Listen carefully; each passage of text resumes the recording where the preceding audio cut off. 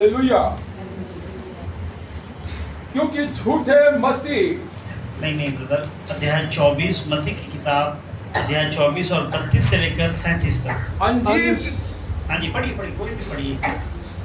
अंजीर के पेड़ से यह दृष्टांत देखो, जब उसकी डाली कोमल हो जाती और पत्ते निकलने लगते तो तुम जान लेते हो कि ग्रीष्म काल निकट है।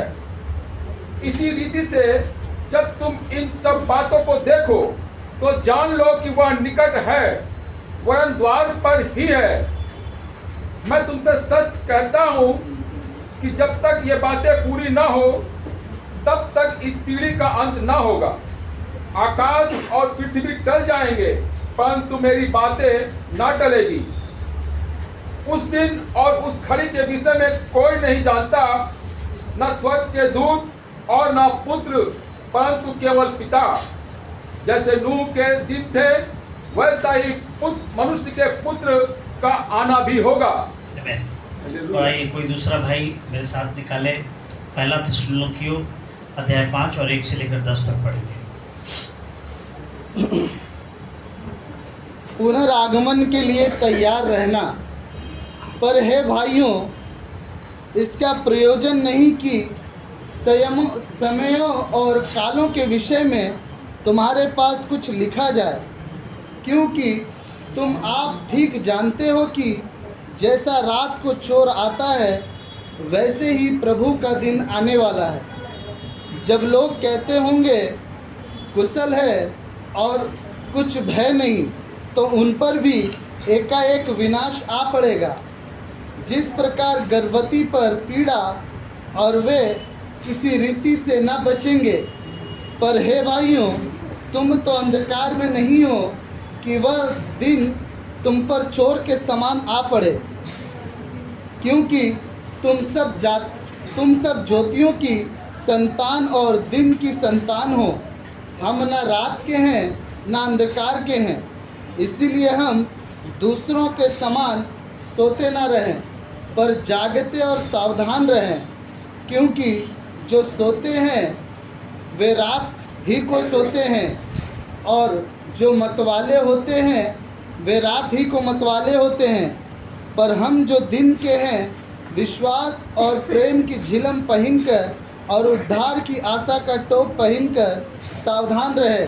क्योंकि परमेश्वर ने हमें क्रोध के लिए नहीं परंतु इसीलिए ठहराया है कि हम अपने प्रभु यीशु मसीह के द्वारा उद्धार प्राप्त करें। वह हमारे लिए इस कारण मरा कि हम चाहे जागते हों चाहे सोते हों, सब मिलकर उसी के साथ जिएं। आमीन।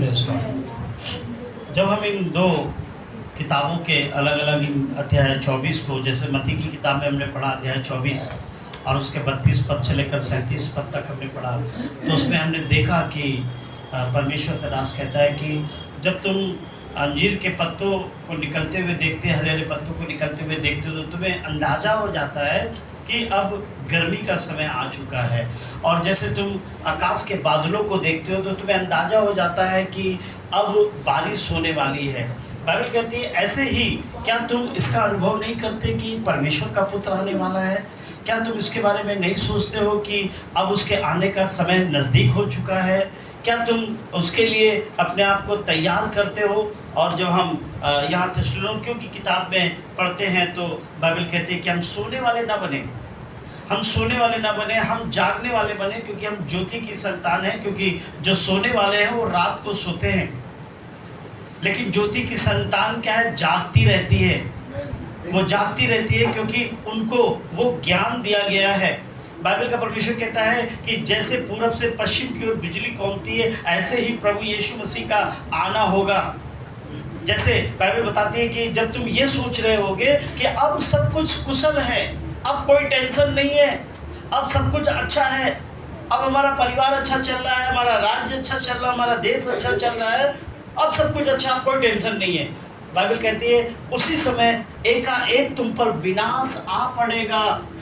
जैसे गर्भवती महिला के ऊपर में प्रसव की पीड़ा आ जाती है ना, गर्भवती महिला को मालूम होता है कि कब उसका डिलीवरी का पेन उठने वाला है। क्योंकि अगर उसको मालूम होता तो वो अस्पताल में जाकर क्या हो जाती, एडमिट हो जाती। लेकिन नहीं होता ऐसा। उसको जो डिलीवरी का पेन है वो अचानक आता है और उस क्या होती है, वो दर्द से, उस दर्द से कराहने लगती है। मैंने ऐसा सुना है कि जब एक स्त्री बच्चे को जनती है तो उसके शरीर में जो दर्द होता है वो लगभग 20 हड्डियों के टूटने के जैसा दर्द होता है।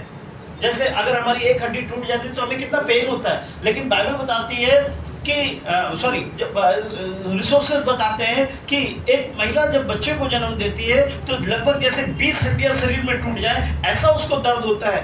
और कुछ रिसोर्सेज ऐसा भी बताते हैं कि जब एक महिला बच्चे को जन्म देती है तो वो मृत्यु के मुंह से फिर वापस आती है, मृत्यु के मुंह से फिर वापस आती है। वो एक बार मृत्यु के करीब पहुंचकर फिर वापस चली आती है। तो बाइबल बताती है कि जैसे एक प्रसव वाली महिला को, प्रेग्नेंट महिला को दर्द होता है और अचानक वो उस पर आ पड़ता है, बाइबल कहती है वो विनाश का दिन, वो भय का दिन हम पर एकाएक आ पड़ेगा। इसीलिए बाइबल कहती है हमें और आपको तैयार रहना होगा, तैयार रहना होगा। और यीशु मसीह के चेलों को जब ये बात पता चली कि वो विनाश का दिन आएगा, वो अंत का दिन आएगा, वो भयानक दिन आएगा, तो यीशु मसीह के चेलों ने यीशु मसीह से पूछा, प्रभु ये दिन कब आएंगे, ये दिन कब आएंगे और इनका क्या होगा संकेत। जब आप मत्ती की किताब पढ़ेंगे, मत्ती की किताब उसके 24 अध्याय को, तो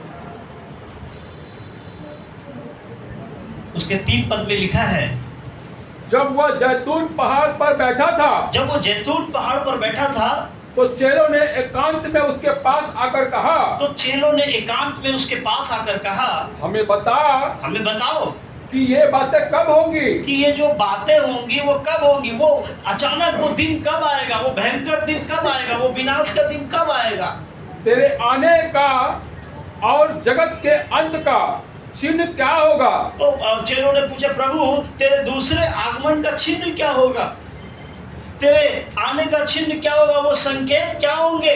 तो प्रभु यीशु मसीह ने क्या किया, अध्याय 24 में, अध्याय 25 में क्या किया, उनके आने के संकेत के विषय में, उन अंतिम दिनों के संकेत के विषय में प्रभु यीशु मसीह ने बोल बताया। Hallelujah, hallelujah, hallelujah, hallelujah. सुनने वाले जोर से बोले हालेलुया। सब लोग सो रहे नहीं? Very good. तो आज मैं बहुत इंपॉर्टेंट चीज बता रहा हूँ, आप प्लीज इसे ध्यान से सुनिए, क्योंकि हम ऐसे ही समय से गुजर रहे हैं, इस समय ऐसे ही समय से गुजर रहे हैं।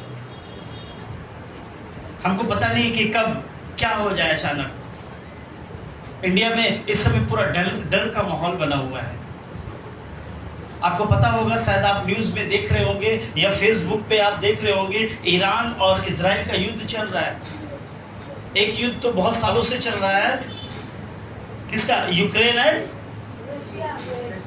रसिया का। यूक्रेन और रसिया का युद्ध बहुत दिन से चल रहा है, उसका अभी अंत ही नहीं हो रहा है। और उसके साथ साथ अभी ईरान और इजराइल का युद्ध हो गया। साथ साथ में ईरान ने क्या किया, जितने गल्फ कंट्री थे, अरबी कंट्री थे, उन पर भी हमला कर दिया। दुबई में, कुवैत में, कतर में, यहाँ पर भी हमला कर दिया। और अब इजराइल का साथ देने के लिए इजराइल की ओर से अमेरिका खड़ा है। अमेरिका उसको क्या कहता है, सहायता मुहैया करा रहा है। साथ में ईरान अभी कमजोर पड़ रहा था, तो ईरान की तरफ से लड़ने के लिए रूस भी आ गया। रूस बोला चिंता करने की बात नहीं, जितना माल लगेगा हम देंगे, मारो। और साथ ही साथ बात यहाँ खत्म नहीं हुई, बात खत्म नहीं हुई। अब तमाम देश जो क्या कर रहे हैं, परमाणु परीक्षण भी कर रहे हैं, क्योंकि ऐसा अनुभव लगाया जा रहा है कि अगर ये युद्ध आगे बढ़ा, ध्यान से सुनिएगा, अगर ये युद्ध आगे बढ़ा तो परमाणु हमले भी हो सकते हैं। और बात यहाँ अभी भी नहीं रुकी। अब ईरान ने क्या किया, ईरान ने धमकी दे दी, हम इस बार परमाणु नहीं मारेंगे। बोला क्या मारेंगे, बोला हम बायो वेपन चला देंगे। क्या बोला, हम बायो वेपन चला देंगे, यानी हम जैविक हथियार चला देंगे। और जैविक हथियार मतलब एक वायरस वाला हथियार, जैसे परमाणु फटता है और विनाश को लेकर आता है। एक परमाणु अगर कलकत्ता शहर में गिर जाए ना, तो पूरा कलकत्ता शहर को साफ कर देगा, देर नहीं लगेगी। कलकत्ता शहर में अगर एक परमाणु गिरता है तो पूरा कलकत्ता शहर को पूरा साफ कर देगा। और मैं आपको बता दूं कि सदियों सदियों तक यहाँ पर क्या हो जाएगी, ना आप फसल कर पाएंगे, ना यहाँ की हवा सही रहेगी, ना यहाँ का पानी सही रहेगा। यहाँ बच्चे जन्म नहीं ले सकते हैं। अगर बच्चे जन्म लेंगे तो लंगड़े, लूले, अंधे, काने, शरीर से अपंग बच्चे पैदा होंगे। आपको पता नहीं है कि एक परमाणु की क्या क्षमता होती है। आपको शायद, अगर जिन लोगों ने हिस्ट्री पढ़ी होगी उनको पता होगा, 1945 में नागासाकी और हिरोशिमा पर, जापान के नागासाकी हिरोशिमा पर अमेरिका ने चलाया था, टेस्ट किया था, सिर्फ मारा नहीं था, टेस्ट किया था।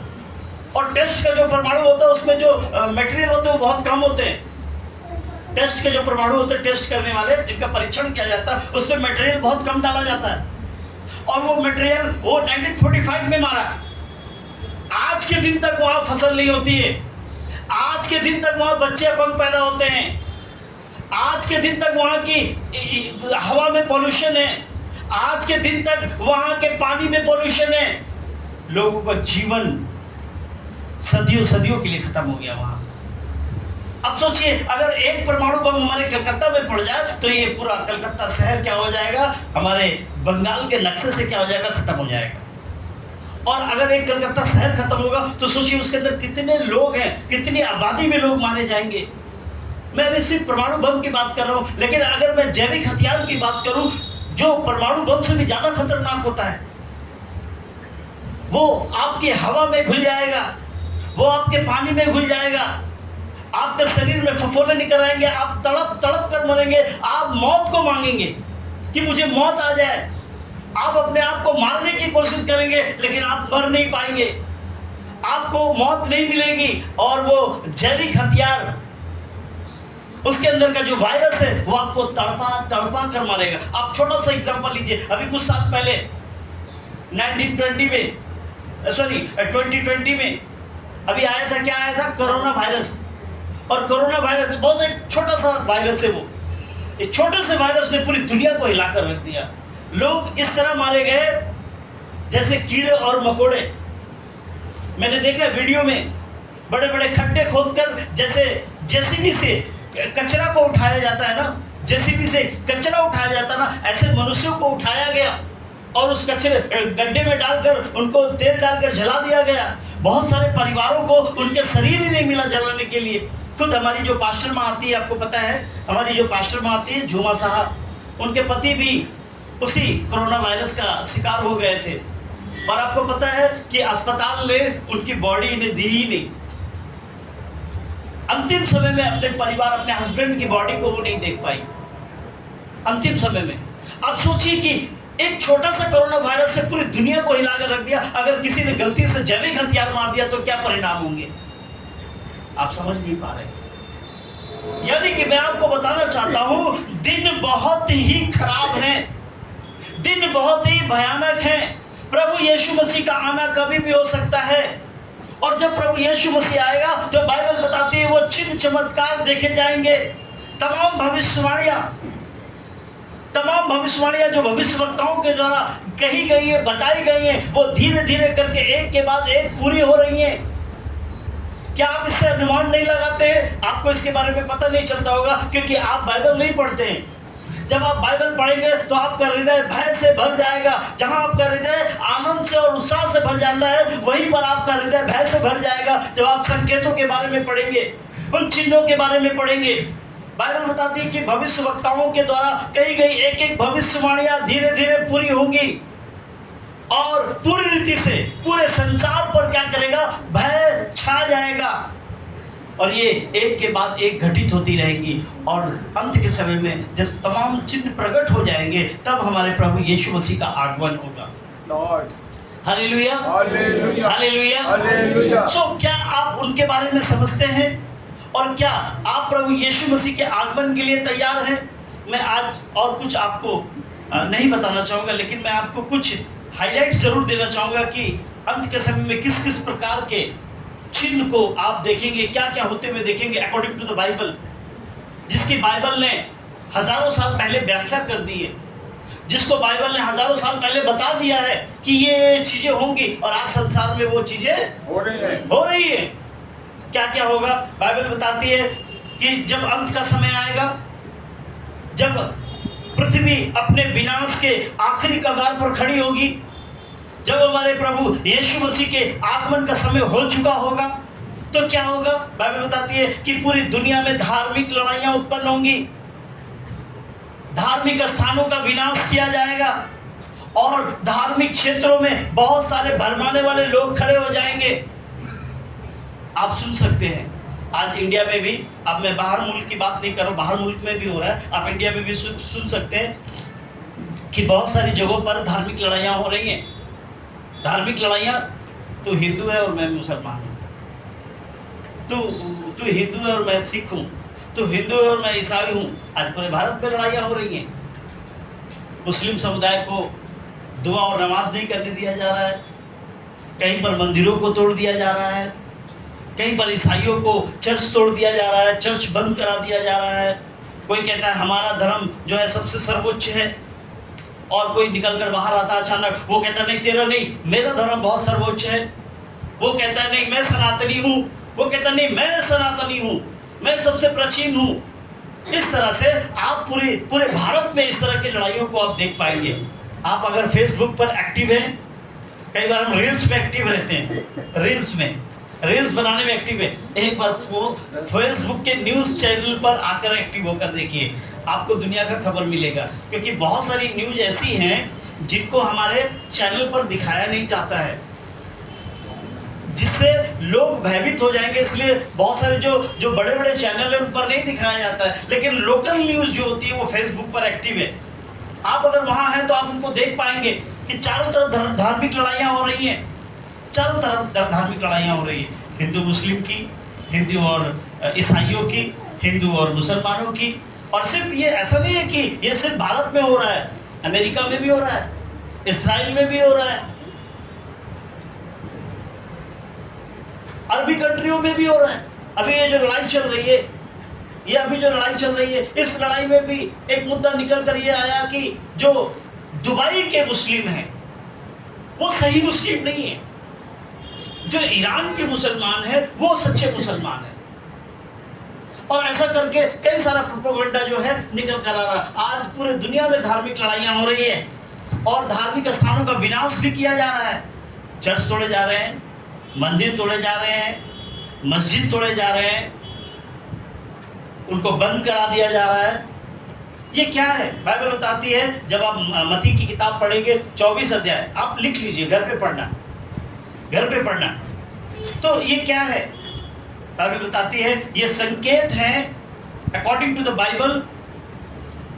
मत्ती की किताब अध्याय 24 उसके 1 और 2 पद को पढ़ेंगे जब आप, और साथ में फिर चौथे और 5वें पद को पढ़ेंगे आप, और 11वें पद को पढ़ेंगे, तो आप देख पाएंगे कि वहां पर इस बात को लिखा हुआ है कि अंत का समय आने से पहले चारों तरफ धार्मिक लड़ाइयां होंगी, चारों तरफ धार्मिक लड़ाइयां होंगी।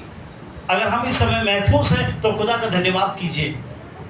आज भी यूपी में, बिहार में, छत्तीसगढ़ में मसीह लोगों को बहुत सताया जा रहा है, मसीह लोगों को बहुत सताया जा रहा है, मारा जा रहा है, पीटा जा रहा है, उन पर गलत इल्जाम लगाया जा रहा है। अभी आपको कुछ पता होगा शायद, अभी इंडिया में जो सबसे हाईलाइटेड पास्टर है, पास्टर अंकुर नरूला, उनके कलीसिया पर विदेशी पैसा आने का और लोगों को बरगलाने का और धर्म परिवर्तन का केस डाल दिया गया है। और उनकी आम्रा चर्च में क्या किया गया है? नोटिस जारी कर दिया गया और उसको बंद करा दिया गया है, आम्रा चर्च को। तो ये क्या है? ये बाइबल में पहले से लिखा गया है कि अंत के समय में धार्मिक लड़ाइयाँ होंगी। लोग एक धर्म दूसरे धर्म का विरोध करेगा, एक धर्म दूसरे धर्म को नीचे समझेगा। लेकिन धन्य है, बाइबल कहती है धन्य है वो जो अंत तक धीरज धरे रहेंगे और अपनी सच्चाई पर खड़े रहेंगे। आमीन। तो धार्मिक लड़ाइयाँ होंगी। और दूसरी बात बाइबल बताती है, देश और राज्य आपस में लड़ेंगे और चारों तरफ अकाल होगा, भूकंप होगा और महंगाई बड़ी तेजी से बढ़ेगी ऊपर। आपको बाइबल को जब पढ़ेंगे तो परमेश्वर का वचन बताता है, अध्याय 24 और उसके 6 और 7 में, मत्ती की किताब अध्याय 24 और उसके 6 और 7 को जब आप पढ़ते हैं तो वहाँ पर बाइबल बताती है कि देश देश और राज्य राज्य आपस में लड़ेंगे, इस्लाम चारों तरफ अकाल और भूकंप होंगे और महंगाई क्या हो जाएगी? बढ़ जाएगी। पढ़ लीजिए ब्रदर, क्या है, पढ़ लीजिए। हालेलुया। तुम लड़ाइयों और लड़ाइयों की चर्चा सुनोगे तुम लड़ाइयों की और लड़ाइयों की चर्चा सुनोगे तो घबरा ना जाना, तो घबरा न जाना, क्योंकि इनका होना अवश्य है। क्योंकि इनका होना जरूरी है। ये होंगी, ये अंत का चिन्ह है, ये होंगी, हाँ, परंतु उस समय अंत ना होगा। परंतु उस समय अंत ना होगा। आज क्या सुन रहे हैं? अभी रूस से यूक्रेन का लड़ाई हो रहा था, गाजा और फलस्तीनी का लड़ाई होते रहता है, फलस्तीन और इजराइल का लड़ाई होते रहता है, अभी ईरान का लड़ाई हो रहा है, कभी चीन के साथ। अभी तो युद्ध जो है भयंकर रीति से हो रहा है, जिस युद्ध में लगभग वर्ल्ड की महाशक्तियां जुड़ी हुई हैं। वर्ल्ड की जो सबसे बड़ी बड़ी महाशक्तियां, बड़े बड़े देश हैं, वो एक इस लड़ाई में संयुक्त हो गए हैं। और क्या आपको ऐसा लगता है कि बाइबल के अनुसार ये वो संकेत है जो बाइबल में पहले से लिखे गए हैं कि तुम लड़ाइयों और लड़ाइयों की चर्चा सुनोगे? और अभी हम देख रहे हैं कि देश देश आपस में लड़ रहे हैं और साथ ही राज्य राज्य भी लड़ते हैं, राज्य राज्य भी लड़ रहे हैं, राज्य राज्य भी लड़ रहे हैं। कैसे? आपने देखा होगा कुछ दिन पहले महाराष्ट्र में बोलते बिहार के लोग इधर नहीं रहेंगे, बिहार के लोग इधर नहीं रहेंगे, यूपी के लोग इधर नहीं रहेंगे। ठीक है, नहीं रहेंगे। अभी कुछ दिन पहले क्या बंगला है ना, उसके यहाँ पे हमारे बंगाल में क्या बंगला बोलकर एक ग्रुप है, वो लोग बोलते हैं যারা এখানে বাংলা বলবে না তারা এখানে থাকতে পারবে না, যারা বাংলা বলবে না তারা থাকতে পারবে না। अब ये बड़ी मुसीबत है कि आप बिना बांग्ला बोले आप रह नहीं सकते। अगर हिंदी बोलोगे तो रहने नहीं देगा, हिंदी बोलोगे तो आपको गलत नजर से देखता है। तो क्या ये संकेत नहीं कि एक राज्य दूसरे राज्य के विरोध में खड़ा हो गया? एक राज्य दूसरे राज्य के विरोध में खड़ा हो गया, एक भाषा वाले दूसरे भाषा वाले के विरोध में खड़े हो गए। मैंने एक दिन एक व्यक्ति से सुना, एक व्यक्ति के पास मैं गया और वो व्यक्ति केरला का था और किसी तमिलनाडु के व्यक्ति पर वो चर्चा कर रहा था। और उस व्यक्ति ने मुझसे बताया, मैंने कहा कि तमिल के लोग कैसे होते हैं? अरे बाप रे बाप, तमिल का लोग बहुत खतरनाक होता है। बोला क्यों? केरला वाला बोल रहा है। किसको बोल रहा है? तमिलियन को बोल रहा है। और दोनों क्या है? साउथ के लोग हैं, दोनों जन क्या है? साउथ से बिलोंग करते हैं। लेकिन एक केरला वाला तमिलियन को बोल रहा है, अगर तुमको कभी सांप और तमिलियन दोनों एक जगह दिख जाए ना तो तमिलियन को मार देना लेकिन सांप को छोड़ देना। बोला क्यों? बोला तमिलियन जो होता है वो सांप से ज्यादा खतरनाक होता है। मैंने कहा देखो इनके बीच में कितना डिस्प्यूट है, ये आपस में कितना क्रोध रखते हैं। यानी कि एक राज्य दूसरे राज्य वाले को देखना नहीं चाह रहा है, एक भाषा वाला दूसरे भाषा वालों को देखना नहीं चाह रहा है, एक दूसरे को पसंद नहीं करते हैं। ना देश देश को पसंद कर रहा है, ना राज्य राज्य को पसंद कर रहा है। चारों तरफ क्या हो रही है? लड़ाइयां हो रही हैं। चारों तरफ क्या हो रही है? लड़ाइयां हो रही हैं। बाइबल बताती है कि अब इसका प्रभाव क्या होगा। अभी कुछ दिन पहले की बात है कि पता चला कि खुफिया एजेंसी से पता चला कि ईरान ने क्या किया, परमाणु टेस्ट किया, जिसकी वजह से क्या हुआ? भूकंप आया, जिसकी वजह से भूकंप आया। और अभी हमारे कलकत्ता में पिछले दिनों, शायद मुझे लगता है कि वो शुक्रवार की मीटिंग थी, इस शुक्रवार में, इसके पहले शुक्रवार की मीटिंग थी जब हमारे कलकत्ता में भी भूकंप आया। और आपको क्या लगता है कि सिर्फ ये भूकंप आया और बंद हो गया? नहीं, भूकंप लगातार आ रहे हैं, भूकंप लगातार आ रहे हैं। और 2015 में सबसे ज़्यादा भूकंप रिकॉर्ड किए गए। 2015 में 2015 में सबसे ज़्यादा और बड़े बड़े भूकंप रिकॉर्ड किए गए। और अभी तक 2015 में जो भूकंप शुरू हुआ, अभी तक उसका रुकने का कोई नाम नहीं है, वो धीरे धीरे हो ही रहे हैं। और कई बार ये भूकंप बड़े बड़े विनाश का कारण बन जाते हैं। तो चारों तरफ भूकंप भी हो रहे हैं, देश देश आपस में लड़ रहे हैं, राज्य राज्य आपस में लड़ रहे हैं। और आपको पता होगा कि जब ये सारी चीज़ें होंगी तो दो चीज़ें और बाहर निकल कर आएंगी, अकाल और महंगाई। अकाल और महंगाई। आज बहुत सारी चीज़ों को उपज ठीक से नहीं हो पा रही है, चारों तरफ वायलेंस की वजह से खेती नहीं हो पा रही है, चारों तरफ लोग जंगलों को साफ करके, खेतों को साफ करके वहाँ बिल्डिंग बना दे रहे हैं, अनाज ठीक से उत्पन्न नहीं हो पा रहा है, और जिसका कारण क्या हो रहा है कि अनाज कम उत्पन्न होने के कारण महंगाई बढ़ती जा रही है। और कई बार इन लड़ाइयों का भी प्रभाव उस पर पड़ रहा है। आपको पता होगा ये जो ईरान और इजराइल की लड़ाई हो रही है, इसकी वजह से महंगाई बढ़ गई है। आपको पता है जो सिलेंडर 829 रुपये का मिलता था, वो सिलेंडर अभी कितने का मिल रहा है पता है? 960 रुपये का। यानी अचानक कितने रुपए बढ़ गए? 100 रुपये। 100 रुपये नहीं, ज्यादा बढ़ गए। 130 रुपये बढ़ गए। 130 हुए ना? कितने में? 70 और 60 कितने हुए? 130 हुए, है ना? तो अचानक कितने बढ़ गए? 130 रुपये बढ़ गए। और अब तो ये सुनने में आ रहा है कि पेट्रोल का दाम भी बढ़ जाएगा। और अगर पेट्रोल का दाम बढ़ा, ईंधन का दाम बढ़ेगा, तो मैं आपसे दावे के साथ कहता हूं उसका प्रभाव अनाज पर भी आएगा, रोजमर्रा के जीवन पर भी आएगा। पेट्रोल महंगा होगा तो यातायात महंगी हो जाएगी। पेट्रोल महंगा होगा, अनाज सही समय पर पहुंच नहीं पाएगा, अनाज के पहुंचाने वाली गाड़ियां ज्यादा पैसा मांगेंगी, और ज्यादा पैसा लगेगा तो अनाज की दरें बढ़ जाएंगी।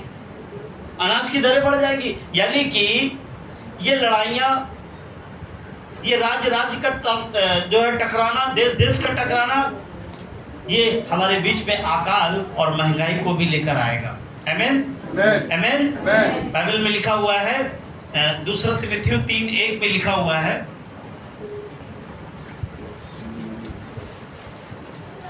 दूसरा तिमोथेयु 3:1। हाँ, पर यह स्मरण रख कि अंतिम दिनों में कठिन समय आएंगे। अंतिम दिनों में कठिन समय आएंगे। ये याद रख के अंतिम दिनों में बड़े कठिन समय आएंगे। मेरी पत्नी पिछले कई दिनों से बोलती है, देखो अनाज 1-2 महीने का जो है राशन भरा के रख लो, देखो कुछ पैसे हाथ में कैश रखो, कैश हाथ में रखो, अनाज भरा कर रख लो।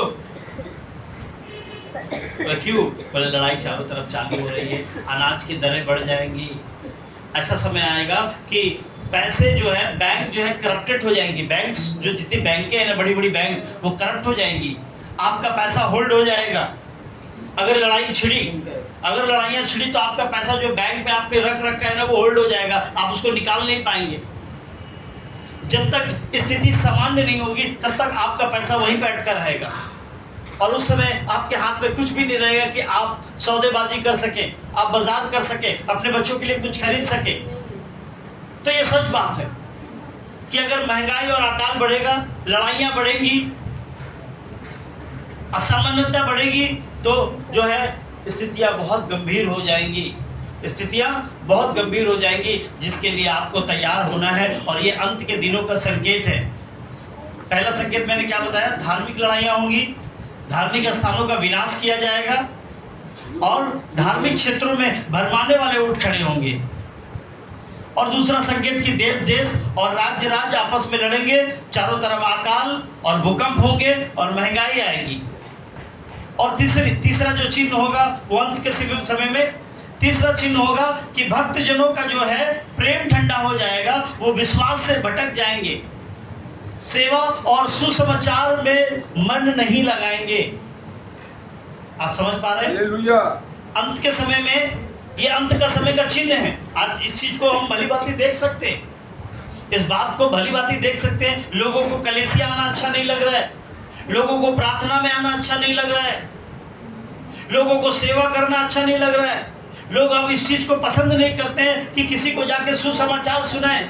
एक ऐसा समय था, लोग हैंड बिल बांटते थे, एक दूसरे के घर में जाते थे, प्रभु का सुसमाचार सुनाते थे, अपनी गवाही शेयर करते थे। लेकिन आज जो है लोग इस तरह, उनका प्रेम ठंडा हो गया कि वो अपने घर में आराम से सो रहे हैं, अपने घरों में आराम से सो रहे हैं। कोई बसता है तो ठीक है, कोई नहीं बसता है तो भी ठीक है। इसीलिए मैंने कल रात में आपको यिर्मयाह 33 अध्याय पढ़ने के लिए कहा था। यदि आप ऐसा नहीं करते हैं ना, तो आप पर दंड आएगा। यदि आप सेवा में ठंडे पड़ गए हैं, यदि आप प्रचार करने में ठंडे पड़ गए हैं, तो बाइबल कहती है आप पर दंड आएगा। मेरे अनुसार नहीं, according to the book of Ezekiel chapter 33। आप पढ़ना घर में, ठीक है ना? तो ये अंत के समय में होगा। भक्त जनों का प्रेम ठंडा हो जाएगा, कलीसिया आना अच्छा नहीं लगेगा, मन करेगा जाएंगे नहीं जाएंगे। पास्टर बोला तो है, क्या है, नहीं ज्वाइन होंगे, क्या कर लेगा पास्टर, मेरा अपना मर्जी है, 10 बजे का मीटिंग में नहीं ज्वाइन होंगे, क्या कर लेगा, फ्राइडे मीटिंग में नहीं जाएंगे, क्या करेगा पास्टर, हम सेवा में नहीं जाएंगे, क्या करेगा पास्टर। ये आप नहीं कर रहे हैं। यदि आप ऐसा कर रहे हैं तो आप नहीं कर रहे हैं, शैतान आपके जरिए करा रहा है, और ये अंतिम दिनों के संकेत है कि वो आप पर क्या है, हावी है।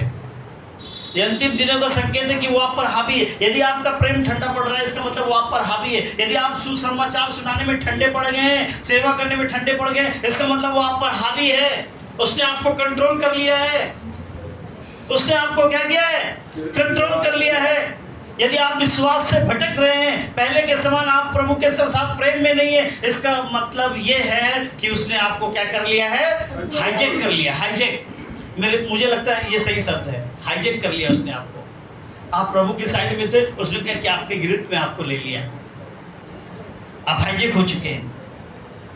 और ये अंत के दिनों की एक पहचान है, ये चिन्ह है।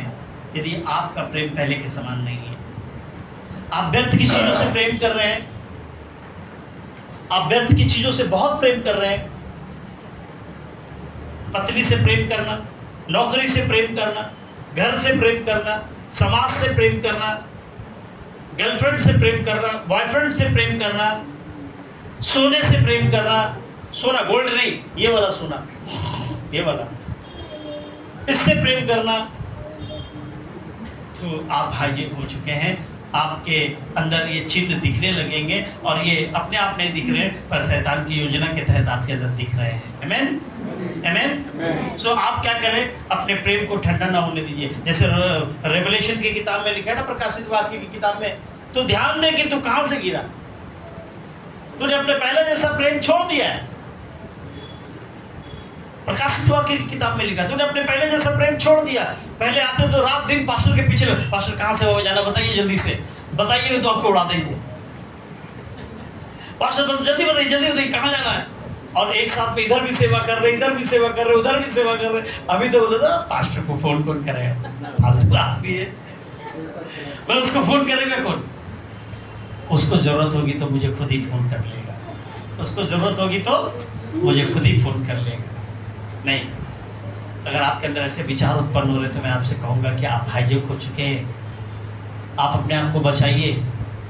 शैतान अंत के दिन में आपको क्या कर रहा है, आपको अपने कंट्रोल में कर रहा है वो, और ये अंत के दिनों के चिन्ह हैं। आमेन।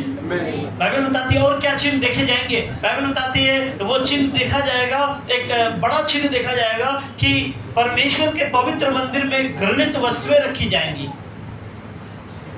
परमेश्वर के पवित्र मंदिर में घृणित वस्तुएं, मुझे ऐसा प्रतीत होता है, जहां तक मैं समझता हूँ, घृणित वस्तुएं वो मूर्तियों को हम समझते हैं, मूर्तियां। एक ऐसा समय आएगा परमेश्वर के मंदिरों में, यानी कि परमेश्वर की कलीसियाओं में क्रूस और यीशु मसीह की स्टैचू हटाकर बहुत सारे उन शैतानी देवी देवताओं की फोटो रखी जाएंगी, जैसे बाल, ऐसे देवी देवताओं की फोटो रखी जाएंगी, और लोग अब यीशु मसीह की नहीं पर उनकी इबादत करेंगे। और बाइबल इसके बारे में कहती है कि जब आप मत्ती की किताब पढ़ते 24 अध्याय और उसके 15वें पद में, 24 अध्याय और 15वें पद में क्या लिखा हुआ ब्रदर? इसलिए जब तुम उस उजाड़ने वाली घृणित वस्तु को, जिसकी चर्चा दानियल भविष्यवक्ता के द्वारा हुई थी, जिसकी चर्चा दानियल भविष्यवक्ता के द्वारा की गई थी पुराने समय में, वो घृणित वस्तु, दानियल भविष्यवक्ता ने ऐसी भविष्यवाणी की थी कि अंत के समय में क्या होगा कि घृणित वस्तु को, यानी कि उस मूर्ति को क्या किया जाएगा, परमेश्वर के भवन में लाकर स्थापित किया जाएगा, स्थापित किया जाएगा। हाँ, पढ़िए ब्रदर।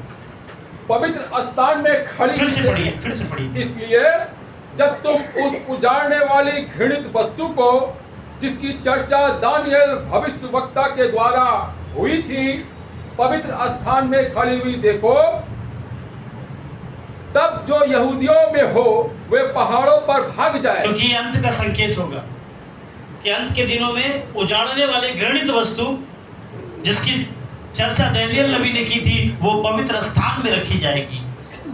आमेन, आमेन। सो ये एक चिन्ह होगा, एक बड़ा चिन्ह होगा। ये अंत के समय के लिए क्या होगा, एक बड़ा चिन्ह होगा। और मैंने कुछ दिन पहले एक सुना भी था कि किसी चर्च में बाहर की कंट्री किसी चर्च में ऐसा मैंने न्यूज में ऐसा सुनने के लिए देखा भी कि वहाँ पर क्या किया गया, मूर्ति को, बाल की मूर्ति को वहाँ स्थापित किया गया था, कलीसिया में, चर्च में स्थापित किया गया था। और ये अंत के दिनों का संकेत है कि हमारे प्रभु का दिन बहुत ही करीब है, क्योंकि बाइबल में लिखी गई एक एक भविष्यवाणी क्या हो रही है, पूरी हो रही है। बाइबल बताती है और क्या होगा, और क्या संकेत रहेंगे। बाइबल बताती है कि चारों तरफ रोग और महामारियां फैलेंगी और आकाश में बड़े बड़े चिन्ह दिखाई देंगे। चारों तरफ रोग और महामारियां फैलेंगी और आकाश में बड़े बड़े चिन्ह दिखाई देंगे। According to the Bible chapter 21 of लूका की किताब अध्याय 21 के अनुसार 10 पद से लेकर 11 पद तक जब आप पढ़ते तो आप इस बात को देख पाएंगे कि अंत के समय में चारों तरफ रोग और बीमारियां फैल जाएंगी, महामारियां फैल जाएंगी। और ये जो कुछ साल पहले कोरोना वायरस आया था वो इसका एक एग्जाम्पल है, उस महामारी का एक एग्जाम्पल है। आज जितने लोगों की जातियों की संख्या नहीं है ना, उतने ज़्यादा तो रोगों की संख्या है। और उसका इलाज करने वाले जो डॉक्टर है ना, वो भी अब रक्षक नहीं पर भक्षक बन चुके हैं। आप एक डॉक्टर के पास इलाज कराने के लिए जाइए, वो आपको दवाइयाँ बाद में लिखेगा, पहले तो 15-16 हज़ार के आपको टेस्ट लिख देगा और टेस्ट में आपकी आधी कमर टूट जाएगी। और मैं और भी एक गुप्त बात आपको बताना चाहता हूँ। जैसे कि आप देखेंगे कि पहले जो मेडिकल साइन हुआ करता था वो प्लस का साइन हुआ करता था। देखा कभी आपने? पहले के ज़माने में डॉक्टरों का जो मेडिकल साइन हुआ करता था वो प्लस का हुआ करता था, लेकिन क्या अभी वैसा है? वो नहीं है। कैसा हो गया पता आपको? वो एक छड़ी है जिसपे पंख है और उस छड़ी के चारों तरफ से सांप ऐसे क्या कर रहे हैं, उस छड़ी को घेरे हुए हैं, उस छड़ी को घेरे हुए हैं। एक छड़ी है ऐसे बीच में और चारों तरफ से सांप उसको क्या कर रहे हैं, ऐसे करके छड़ी को घेरे हुए हैं। अभी डॉक्टरों का साइन ऐसा हो चुका है। कभी आप अकेले में मिलेंगे यानी घर पे मिलेंगे फुर्सत में, तो मैं आपको वो चिन्ह मेरे मोबाइल से आपको दिखाऊंगा मैं आपको। और ये चिन्ह जब मैंने इस पर रिसर्च किया तो मैंने पाया कि ये चिन्ह कहीं और का है।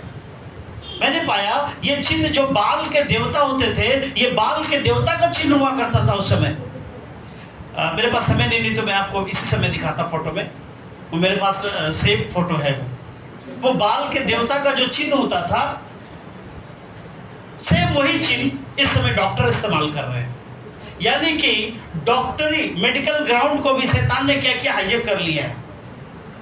मेडिकल ग्राउंड को भी शैतान हाईजैक कर लिया है। एक समय डॉक्टरों को क्या किया कि कहा जाता था कि वो भगवान है, लेकिन आज वही भगवान क्या बन चुका है, भक्षक बन चुका है, मारने वाला बन चुका है। उसका टारगेट है कि कैसे आपसे अधिक से अधिक पैसा ऐंठ लिया जाए। एक समय था कि जब आप डॉक्टर के पास जाते थे वो आपसे कोई भी रिपोर्ट नहीं करवाता था और आपके जो संकेत होते थे, संकेत के आधार पर आपको दवाई दिया करता था। लेकिन आज ऐसा लगता है वो लोग पढ़ाई लिखाई नहीं किया है, स्कूल के पीछे बैठकर पढ़ा है। पहले वो रिपोर्ट करवाएगा, रिपोर्ट करने के बाद में क्या करेगा, वो आपकी जांच के बाद में निर्धारित करेगा कि आपको बीमारी क्या है। तो मैं तेरे पास क्यों आया हूँ भाई? अगर जांच करने के बाद में तू निर्धारित करेगा कि मुझे बीमारी क्या है, तो फिर मैं तेरे पास क्यों आया हूँ? मैं पहले जांच ही करा लेता ना। तो आज के डॉक्टर क्या है, भक्षक बन चुके हैं। आज जितनी जातियां नहीं है उससे ज्यादा रोग फैल चुके हैं, महामारियां फैल चुकी हैं। और बाइबल बताती है ये अंत के दिनों के संकेत हैं। ये अंत के दिनों के संकेत हैं। जब हमारा प्रभु यीशु मसीह आने के समय हो जाएगा तो बड़ी बड़ी रोग और बीमारियां और महामारियां चारों तरफ फैल जाएंगी और आकाश में बड़े बड़े संकेत दिखाई देंगे। जिसमें से एक संकेत कुछ साल पहले अमेरिका के आकाश में देखा गया, रेड मून। आपने आज शायद आपने इसके बारे में सुना होगा, रेड मून या ब्लड मून के बारे में। ब्लड मून के बारे में आपने सुना था न्यूज में। आकाश में एक साथ 2 चांद देखे गए। आकाश मंडल में एक साथ 2 चांद देखे गए। ब्लड मून देखा गया, लाल बछड़ा देखा गया। और अभी मैं कल एक वीडियो देख रहा था जिसमें मैंने देखा कि राजस्थान या कहां पर एक जो है जो है डस्ट का जो तूफान आया उसमें प्रभु यीशु मसीह का चित्र बन गया था। आज से कई साल पहले की ये घटना है जिसको रिकॉर्ड किया गया, और वो जो पिक्चर है वो अभी भी प्रिजर्व करके रखी गई है। तो बहुत सारे ऐसे संकेत, अभी 3 दिन या 2 दिन पहले बिहार के शायद पटना में एक लाइट को देखा गया। आप लोगों में किसी ने शायद इस न्यूज को सुना होगा, बिहार के पटना शहर में रात के समय एक अजीब सी लाइट, एक रोशनी को देखा गया बिहार के पटना शहर में। तो बहुत सारे संकेत, बहुत सारे ऐसे चिन्ह, बहुत सारे ऐसे रोग, बहुत सारी ऐसी महामारियां हमारे बीच में आएंगी। आकाश में बहुत सारे चिन्ह दिखाई देंगे, और ये सब यीशु मसीह के आने का संकेत है, दुनिया के अंत का संकेत है कि हम दुनिया के अंत के कगार पर खड़े हैं। और भी बहुत सारी बातें मैं इसको आगे से नेक्स्ट सेशन में बताऊंगा, आने वाले नेक्स्ट सेशन में मैं इसको बताऊंगा। आज मैं सिर्फ 5 संकेत आपको बता रहा हूँ। कितने? 5। सिर्फ 5 संकेत बता रहा हूँ। आने वाले आगे संडे में मैं और भी बाकी संकेतों को मैं आपके बीच में रखूंगा, जो कि आपको बिल्कुल अंदर से डरा देंगे। आप सहम जाएंगे उन संकेतों को देखकर।